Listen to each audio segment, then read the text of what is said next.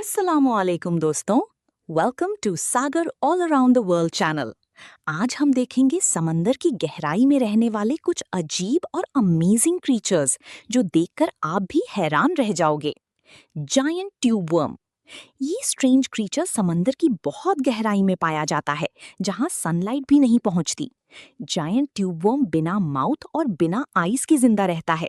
ये अपनी बॉडी के अंदर स्पेशल बैक्टीरिया की मदद से फूड हासिल करता है। नेचर का ये सिस्टम वाकई अनबिलीवेबल है। ओरफिश। ओरफिश को दुनिया की सबसे लंबी बोनी फिश माना जाता है। इसकी बॉडी बहुत लंबी और स्नेक जैसी होती है। कुछ ओरफिश 30 फीट से भी ज्यादा लंबे रिकॉर्ड किए गए हैं। बहुत कम लोग इस क्रीचर को रियल लाइफ में देख पाते हैं क्योंकि ये डीप सी में रहता है। Giant isopod.